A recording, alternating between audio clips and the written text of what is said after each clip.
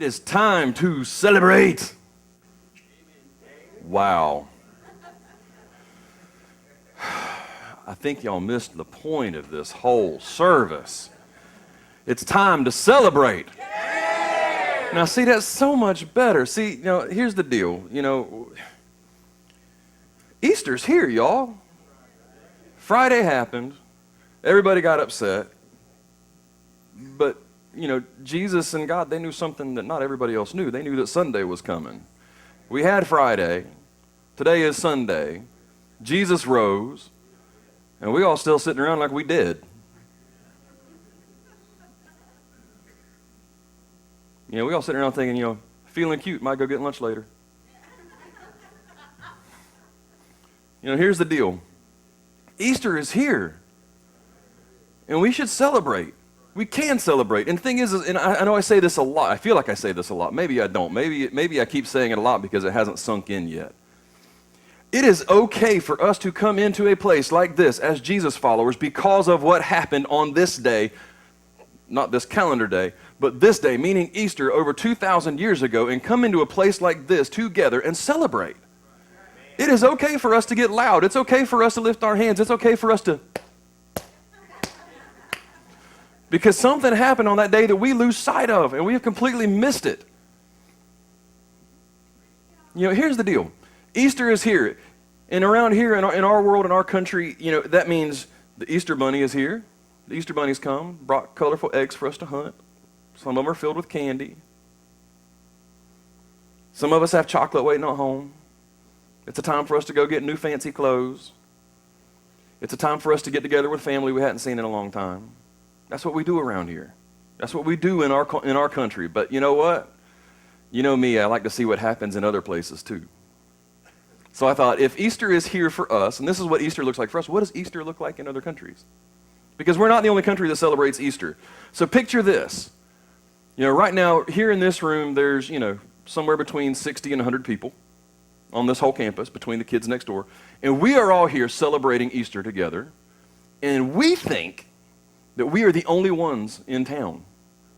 And we feel alone a little bit. And that's why we sit back and we go, well, that's why we tend to hold our hands down. We tend to kind of sit a little bit because we think, I don't want anybody to go back out later and look at me and go, wait a minute, they were one of the only 50 people in town that were worshiping Jesus. It's not true. There are people all over the world right now in other countries, well, maybe in another 10 hours, that will be celebrating Easter together, celebrating the fact that Jesus was crucified, dead, buried, and 3 days later rose from the grave to change everything. We are not alone. And so I thought, well, how do some of the other cultures around the world celebrate Easter? In Hungary, I'm going to start off with this one because I don't want anybody to get Hungary confused with Hungary. There is a very popular tradition, and I'm glad this has not taken off in our country. Because what happens is all the little boys, they go out and willow trees bloom pretty early. So they go out and they break a switch off of a willow tree. And they run around spanking the girls with them. And then asking for a kiss. Just saying. In France, there's a town that literally, the day after Easter, every family gathers together the eggs that they have left, whether it has to be raw eggs because of what's about to happen. But they all come together with about 4,500 eggs. They crack them in their home, they whip them up, they bring them to the town square, and over 1,000 people make one omelet. And they sit down and they share the omelet together. This is how, seriously, this is stuff you don't think about. Brazil. How many people know what Brazil is famous for? Nuts. Nobody from the back is going to say this. I can't believe it. Soccer. They're famous for soccer. They consistently have some of the best soccer players in the world. But at Easter, they do something that I think everybody wishes they could do.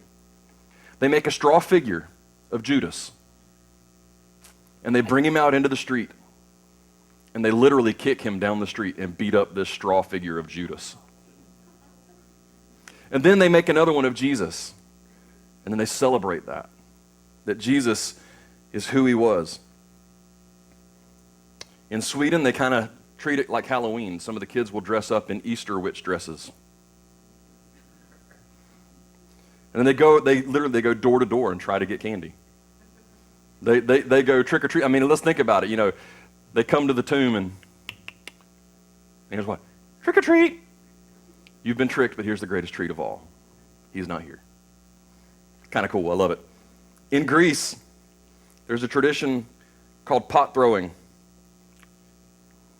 Takes place on the morning of Holy Saturday, which was yesterday. People throw pots, pans, and other earthenware out their windows, smashing them on the street. Yeah. Some people say that it came from the Venetians who on New Year's Day used to throw out all of their old items to replace it with new.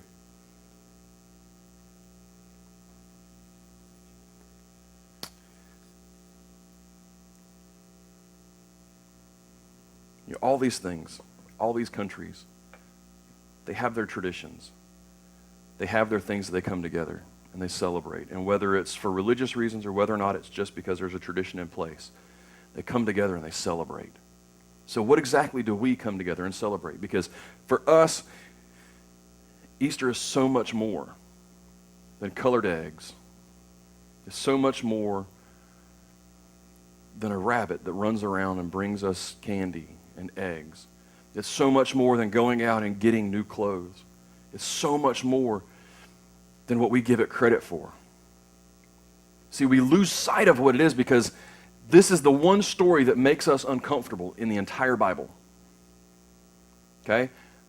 If you think about all the stories that are in the Bible, this is the one story that has caused more debate, more uncomfortableness, and more people to get upset because it's too good to be true. Here you have a man who is born. He's 30 years old and he begins his ministry. And as soon as he begins his ministry, crazy things start happening.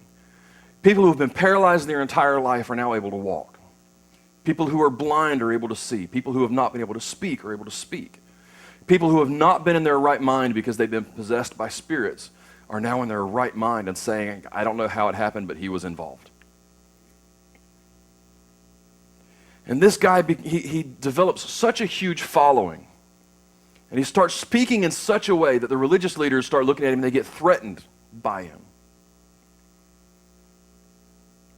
And they begin to plot to figure out how they can put it into it. And so they find one of the followers in his own little inner circle, a guy named Judas. And they say, Judas, what would it take for you to get us close to him? Judas says, no problem, I'll do it for 30 pieces of silver. And so the night before Jesus is crucified, he sits down with his followers, and they sit around a table together, which is commonplace for them. It's normal. It's a very special time of year. It's the time of Passover, which goes all the way back to the beginnings of when the nation of Israel left Egypt. And we've heard the story, but if you haven't heard it, let me kind of give you some context. The nation of Israel has been working in slavery in Egypt, building pyramids, building whatever Pharaoh tells them to do.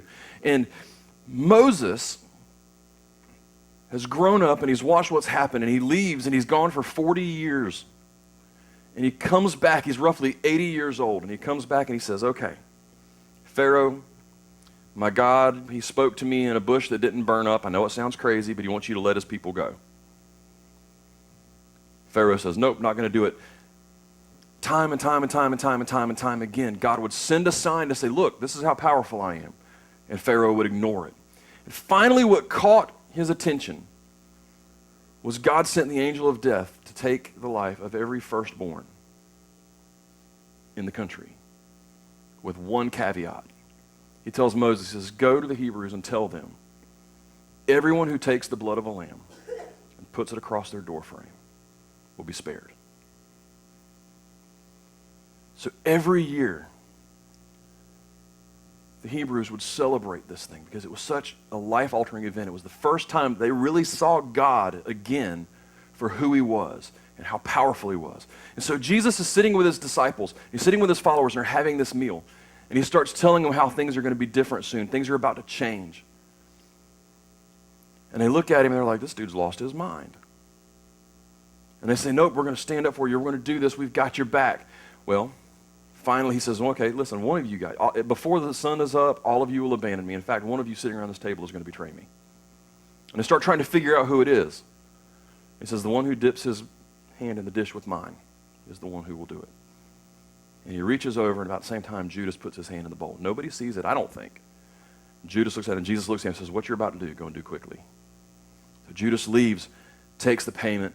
Jesus gets up from the table with the rest of his disciples, and they go to the Garden of Gethsemane. And Jesus tells us, he says, listen, I'm going to go over here and pray for a little while. Pray with me that you do not fall into temptation. And Jesus prays. And he prays with such passion and such emotion and so much stress on him because of what's about to happen that the Bible says he begins to sweat drops of blood, which is a real thing. It's been proven by science that it can happen. 3 times Jesus gets up. Says, listen, seriously? You guys are asleep. 3rd time he wakes up and says, listen, wake up. Time's come. You look up, and coming from the other end of the garden is a group of Roman soldiers, some of the Jewish religious leaders, and Judas. Judas looks at him and says, listen, the guy you want to arrest is the one I'm about to go up to and kiss. They go over. Judas kisses Jesus on the cheek. Jesus is arrested. Not before he gets to perform one more miracle. I was telling Raquel the other night, this is probably my favorite character in all of the Easter story because you never hear about him again, and I would love to know what he was thinking. But the minute that this guy lays his hands on Jesus, Peter, who was kind of a hothead, takes his sword out and cuts the dude's ear off. And Jesus says, really, Peter? Says Jesus reaches up, heals him. I would love to know what was going on in that guy's head in that moment because there's no denying what happened. Everybody around him, the disciples, they scatter, they flee. Jesus is taken to his first trial. And Jesus had already told Peter, Peter's like, Jesus, I'm going to be with you to the end. There's no way I'm going to go anywhere. He said, Peter, I'm going to tell you something. You say that, but before the rooster crows in the morning, you will have denied me 3 times. And it happens. Peter's spirits are crushed. The next day, Jesus is taken and he's placed before Pilate, the Roman governor of the area. And the religious leaders say, he's a blasphemer, we want him dead. Pilate looks at him, he interviews him, and he says, tell me about yourself. Jesus says nothing. He says, so are you really the king of the Jews? Jesus says, you said it yourself. I didn't have to tell you. And it just aggravates Pilate. He comes back and says, listen, I can't find any fault in this guy. He's innocent. He's done nothing wrong for me to crucify him. And the religious leaders say, tough. Do it anyway.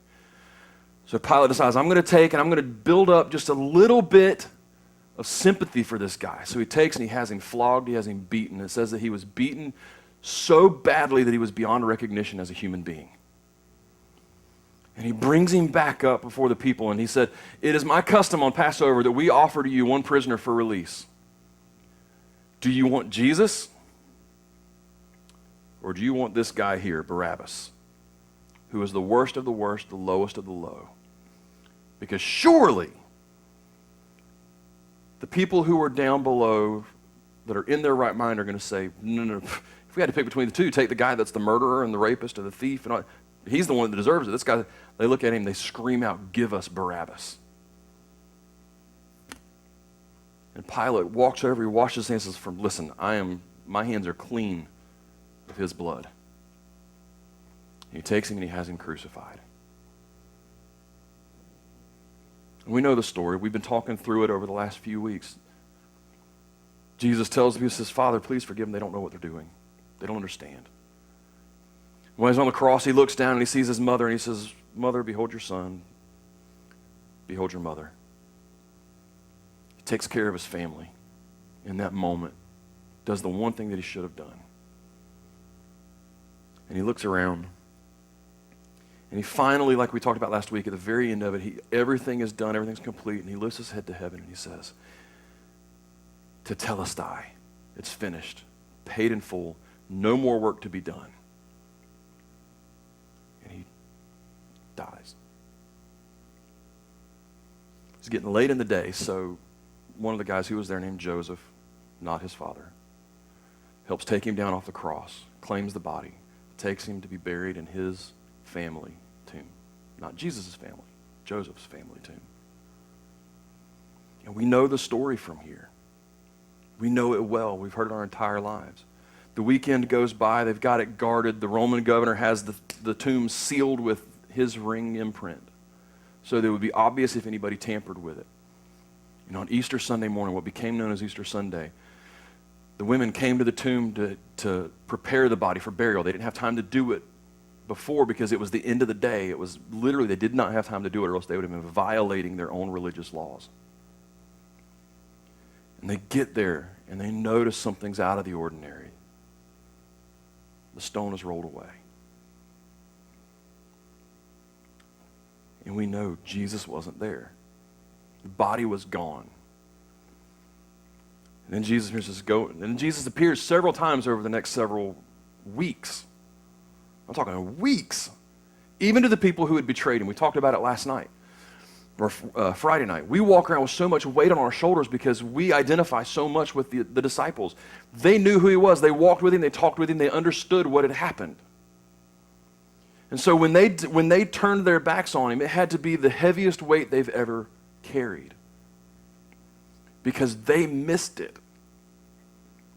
And here we are thousands of years later because they finally got it and told other people who got it, who told other people who got it, who told someone that you know who got it. And then they told you, and now you got it. But you know what? There's something we all missed. There's something we all missed in the story. We read it and we skip over it all the time. We are so focused on the salvation part of it. Because Jesus said, God so loved the world that he gave me, his only son, that whoever would believe in me would never perish but have everlasting life. The word believe meaning to accept what I'm telling you and then put it into action. Allow it to change your life. You know what? Not only that, but my Father in heaven, he is faithful and just that anyone who confesses their sin, he will forgive it. And my Father is so big that whatever he holds in his hand can never get out. My God, my Father is so strong that he showed his love for you in this, that while we were all still goofy, messed up people, he sent me to die for you. We see that stuff, and we love it, and we get caught up on it. And listen, if you are in this room and you are a Jesus follower, praise God. But let me explain something to you. Over the next few minutes, we're going to look at something that we've all read 100 times, and we have completely missed. Maybe you've read it, but you've never really understood the power of it. If you have a Bible, go ahead and pull it out and turn to the book of Matthew. If you don't have a Bible with you, don't worry about it. It's going to be on the screens. But this is where we're going to start. Jesus at this point is still on the cross, okay? He's still there. He's still talking. He's still breathing. And then right at the very end, okay, Matthew chapter 27, right at the very end of the process, Matthew 27, starting in verse 50, says this, says, Jesus cried out again, okay? He's already cried out at one point saying, my God, why have you forsaken me? Where have you gone? Why can't I see you anywhere? And here it says he cries out again with a loud voice, and he yields up his spirit. And then something unbelievable happens. Behold, the curtain of the temple was torn in two from top to bottom, and the earth shook, and the rocks were split. Now, there's another part of this where it actually talks about that when this happened, the dead that were in the tombs came back to life and walked out and walked around. See, we think of the resurrection as being the time that Jesus conquered death. Guess what? Wrong. The moment he died, he conquered death. Think about that. The minute Jesus breathed his last and gave up his spirit, death was defeated and conquered. Why? Because he was God in the flesh. He was the spotless lamb. He was the perfect one. And in that moment, his blood covered the doorframe of heaven and conquered the spirit of death once and for all. But there's something else that is amazing to me. The minute that Jesus died, the entire earth shook. So there was a great earthquake. The rocks split open. The earth shook. It was almost as if the earth itself had the same reaction of every single person on the planet that would ever lose someone they dearly loved. Think about the response that you give when you get the news that someone you love dearly has stepped from this earth into heaven. Your eyes scrunch closed. Your entire body shakes. And you weep. The earth has the same reaction. Why? The first chapter of the book of John says, in the beginning was the Word. The Word was God. The Word was with God. And the Word became flesh and made his dwelling among us. And it goes on a little bit further and it says, through him all things were made, and without him nothing was made. This is the same response that a child has when they find out their parent is gone. It's gut-wrenching. But that's not even the best part of what we miss. The best part is where it says at the very beginning of verse 51, and behold, the curtain of the temple was torn in two. It was torn in two, but not from bottom to top, as if people from the bottom got tired of it and ripped it apart where they could. No, it was ripped from top to bottom. Let me give you a little bit of context here. Hebrews chapter 9,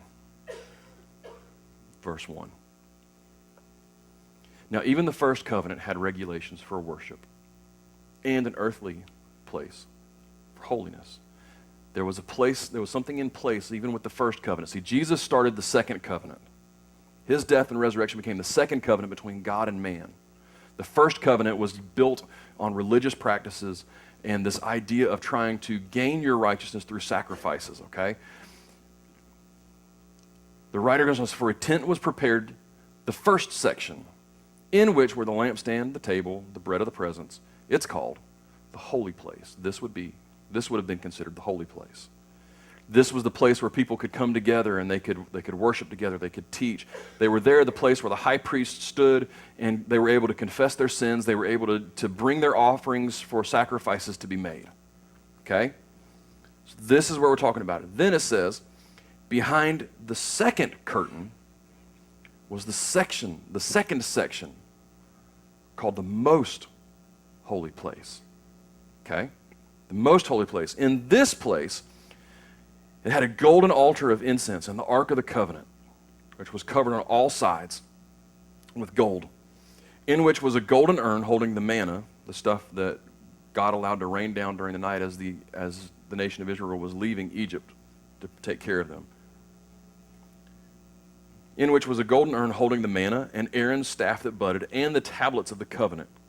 Above it were the cherubim of glory overshadowing the mercy seat. Of these things, we cannot now speak in detail, okay?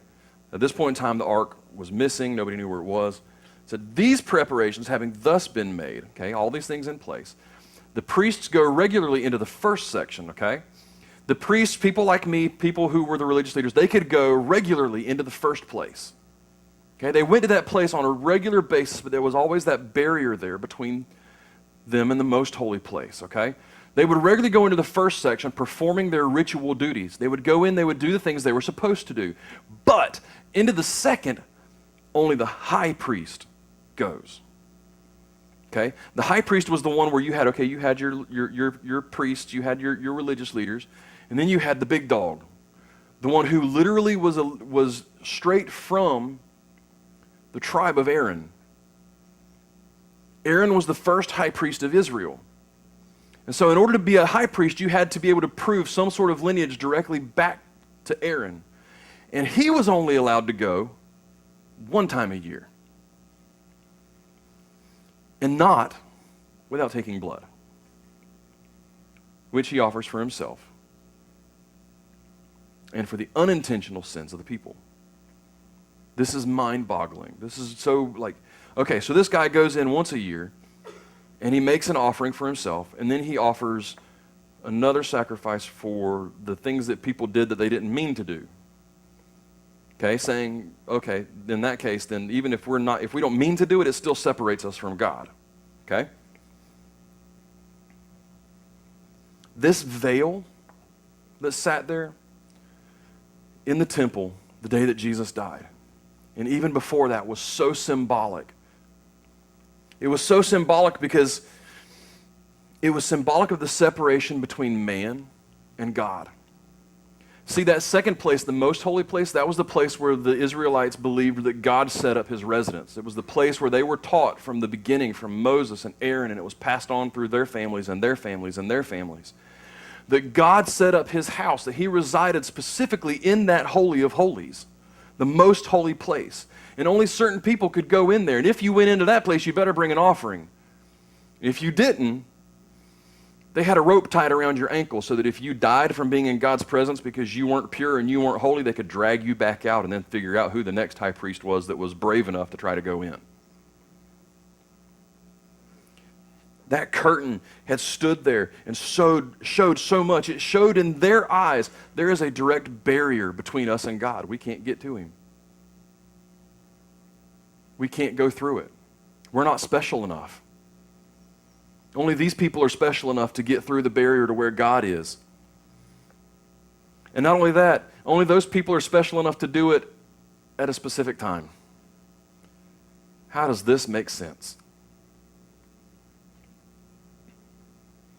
Jesus' death on the cross broke that barrier. God himself reached down and grabbed the top of that curtain and ripped it. Because he had been working on something for so long. To us, it seemed like it was a lifetime. And it still seems like a lifetime, but for God, it was just a matter of moments. And in that moment, God said, the time has come. And he took the curtain and he ripped it. So what does that mean for us?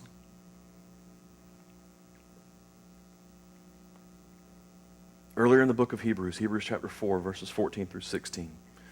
Since we have a great high priest who has passed through the heavens, meaning Jesus, the Son of God, let us hold fast our confession. Because we have a high priest who has done what we couldn't do and none of the other high priests could do. He actually stepped through death, went there, and came and says, listen, let us hold fast to our confession of what we believe because we don't have a high priest who is unable to sympathize with our weaknesses. Every other high priest that ever existed before, they were set apart from the time they were born. They lived a life that they were never exposed to anything that the common folk were.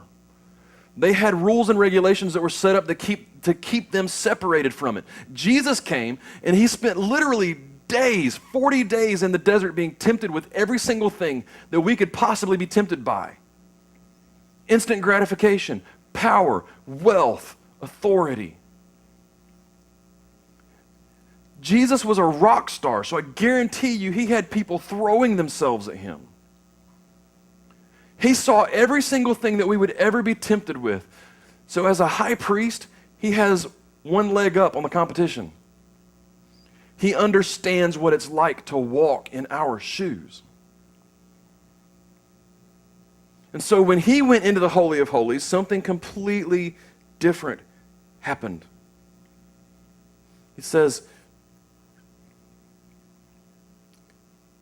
we don't have a high priest who's unable to sympathize with our weakness, but one who in every respect has been tempted as we are. The difference is without sin. If the other high priests had been tempted with the same things that we were, they would have fallen flat on their faces. In fact, they probably did. And that's why they had to make sacrifices too. In this instance, you have a great high priest who has been tempted with every single thing that you could possibly face. And yet he walked away from it unscathed. That's why when he laid his life down, it was able to pay the sacrifice and the penalty and make atonement for every single thing every other person on the planet would ever do from that moment forward. Think about how amazing that is. What does that do for us then, okay? If the human high priest is only allowed to go in once a year, and now Jesus is the great high priest, and he's able to go wherever he wants, whenever he wants. In fact, God said, okay, well, I'm done with this. So he rips the curtain. What does that mean for us? I love this. The way that the writer ends this up, says, therefore, let us, with confidence, draw near to the throne of grace that we may receive mercy and find grace to help in the time of need. Because we have a high priest who paid the penalty for us and knows what it was like to be us and was able to pay the penalty for things that we would do because he saw them ahead of time, we can have confidence in that. The fact that God tore the curtain down says, it's actually done. He really did it. Now, come spend some time with me. I want to see you face to face. Why? Because it's the way I intended it from the beginning of time. See, when God created humanity, he created Adam and Eve, and it said that they would spend time together in the garden. When man sinned, when Adam and Eve finally dropped the ball and gave in to the temptation to break what God had asked them to do, it says that God came into the garden and called for them, which means he had to have known them. He knew them by name. He made them. He told Adam, here, tell you what, go and name everything in here. It's yours. So when God came back in the garden and he saw what had happened, he was like, oh my gosh, now I can't be around you. And so he casts them out of the garden and the barrier drops. God didn't place the barrier there. We did. We allowed the barrier to be put in place. And so what does God do? He sets a plan in motion that says, okay, great, you know what, you put the barrier in place, Satan put the barrier in place, but you know what, I'm going to break it down. It's not my fault it's there, it's your fault, but I love you enough that I'm going to take the barrier and I'm going to take a sledgehammer to it and I'm going to break it to pieces. I'm going to tear it down. Not so that you can come to me just once a year, but that you can come to me anytime you need me. From the beginning of time, there was a barrier in place that Satan placed there to keep us from getting to God. This is the power of Easter. The fact that Jesus died specifically to break down the barrier between us and God. Our salvation, the idea that we can be forgiven of our sins and we can become sons and daughters of God is a byproduct of this one thing. Jesus died to break down the barrier of sin that was between us and God. Because of that, we can approach God without fear. See, the curtain was a reminder that we needed to be cleansed before we could approach.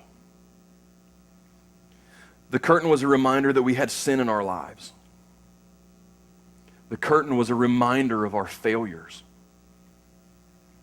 Those barriers are enough to keep you away from anybody. Think of the person in your life that you have no relationship with anymore because of something you did or something they did. Every time you see them, there's a barrier that pops up. It's the same way with God. Every time we see that barrier, it's a reminder of everything that's happened. Jesus' death and resurrection completely undid all of that. They remind us that we've been cleansed. And now because we've been made clean, we can walk straight up to the throne of God. They remind us that we've been redeemed. The price that we owed for our salvation, we'd never be able to do it. So instead, God gave us one massive gift certificate and said, redeemable whenever you want it. The cross reminds us that we've been redeemed. The resurrection reminds us that we've been redeemed. They remind us of his victory. Jesus has claimed victory over death and sin forever. They no longer hold power. The only power they hold is the power we allow them to have. Jesus has already taken care of it. He's wiped the slate clean. He's sitting there saying, I've got a clean slate for you. Do you want it? But because we carry so much weight, I wasn't going to use this. But it is too darn good not to use.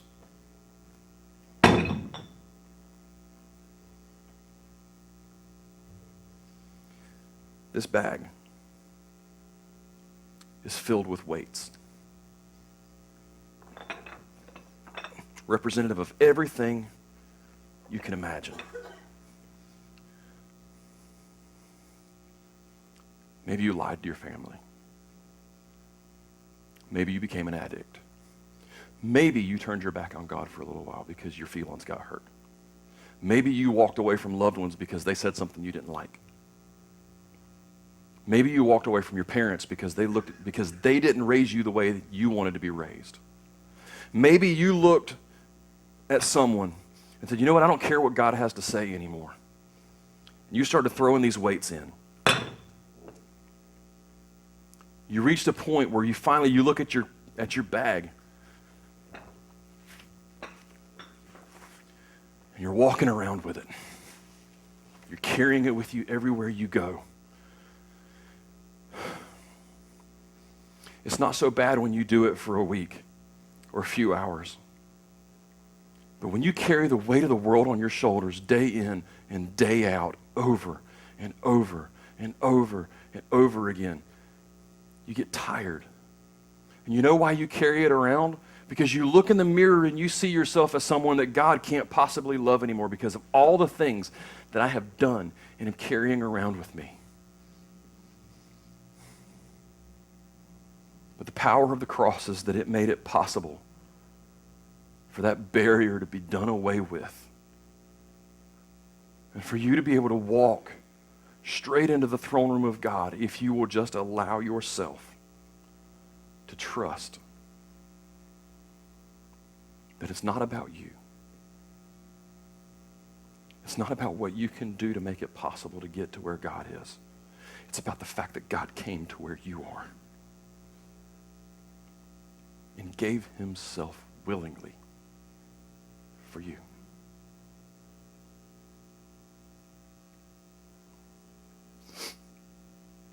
The cross is a reminder that something that Satan intended to do to conquer God himself and end us, God turned into the ultimate victory. God used a cross that was intended to kill to win his biggest victory.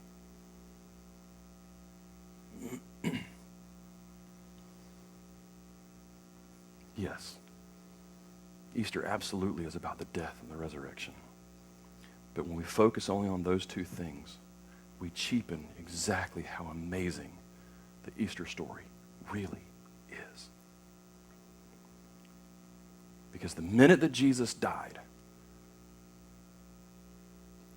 the barrier was broken. Now I want to ask you a question. Are you still staring at a barrier? Are you standing there looking in the direction of where God is, and all you see is a barrier? If you are, it's because you put it there. 2,000 years ago, he tore the barrier down. And however many years you've been alive on this earth, you've spent that time putting that barrier back up. Now understand this. We all have a barrier because none of us are perfect. I know it's hard to believe, but I'm not perfect either. I have barriers between me and God. But the cross is standing there as a holy wrecking ball, ready to knock those barriers down. So how long are you going to stand there and stare at a barrier that doesn't have to be there? And say, I wish I could get to God. He's already made it possible. You just got to get out of your own way.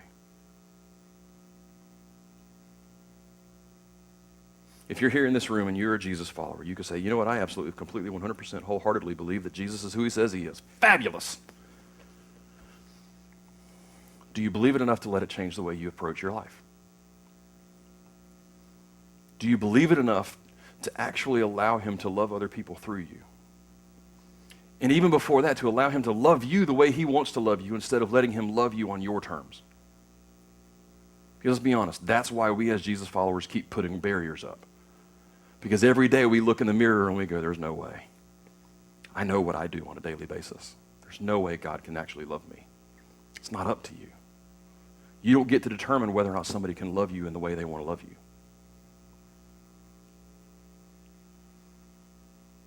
So my challenge to you is this. In just a minute, the band is going to come play. And while they're playing, if you're a Jesus follower in this room, I want you to do some soul searching. I want you to stop and I want you to say, what barriers are in place that I have put there, that God is standing there with a sledgehammer going, let me knock it down so we can be how I want us to be. And then I want you to do the hard thing. I want you to say, God, go to work. Knock it down. But just be aware, it'll be painful. It'll mean letting go of things that you don't want to let go of because you found your identity in them. If you're in this room and you're not a Jesus follower, I want to ask you to do something equally difficult. I want you to metaphorically take a look in the mirror. I want you to imagine there's a mirror in front of you, and I want you to say, what makes me so different from the rest of humanity that makes me think that God can't love me as much as he did them? And then I want you to do the hard thing. I want you to say in your head, God, I need to know, is this for real? And then come and talk to me. Ask me the questions that you need answered. Because I guarantee you, the only reason that keeps you, when you hear the message of Jesus, when you hear everything about who Jesus is, and you look at it, you go, wow, that's amazing. You have questions because you're human.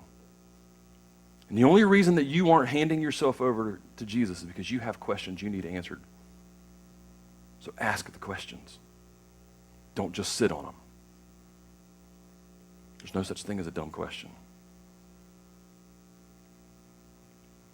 So what barrier is between you and the Father right now? What weight are you carrying around that you can let go of, that you should let go of? Jesus said, come to me, any of you who are weary and heavy laden, and find rest.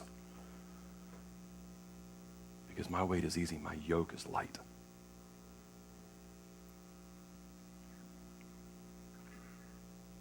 What barrier do you have that needs to come down? Because whether you want to believe it or not, a cross that was meant to kill was his victory. Father, thank you for loving us. Thank you for challenging us. Thank you for wanting so much more for us than what we're willing to accept. Thank you for tearing down the walls and the barriers that separated us from you.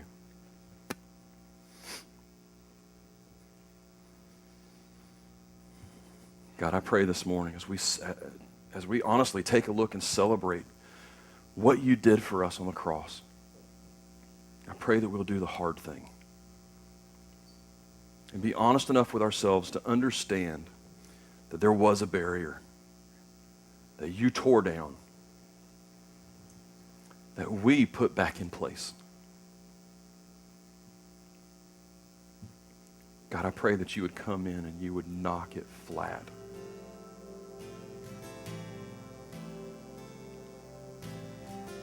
God, thank you for Jesus. Thank you for his willingness to lay his life down for us,